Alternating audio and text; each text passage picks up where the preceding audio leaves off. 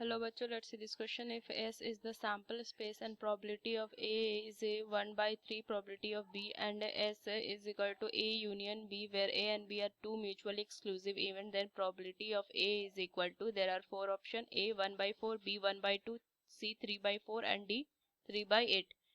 So अगर मैं इस क्वेश्चन में की कंसेप्ट अप्लाई करूं तो अगर मैं लिखूं कि probability of A union B is equal to probability of A plus में probability of B minus में probability of A intersection B. मेरा A and B जो है वो क्या है, are two mutually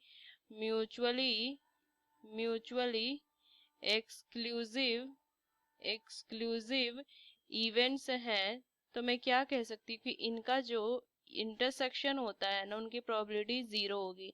तो ये चीज बस मुझे ध्यान में रखनी है। तो अगर मैं लिखूं P A यूनियन मतलब probability of A union B is equal to probability of A plus में प्रोबेबिलिटी ऑफ B माइनस में probability of A intersection B। So ये क्या वैल्यू आ जाएगी, देखिए ये तो हमें पता है ये 1 है।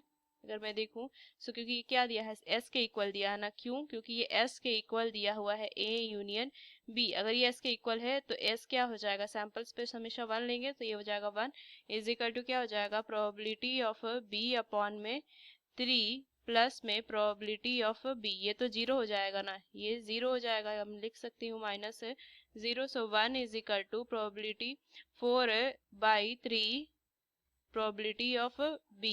So probability of B is equal to 3/4. So अगर मैं probability of A देखूँ तो ये क्या हो जाएगा, 1/3 इंटू 3/4। सो ये आंसर आ जाएगा 1/4। probability of A ही तो मुझे फाइंड करना था। सो कौन सा आंसर आ जाएगा, A ऑप्शन।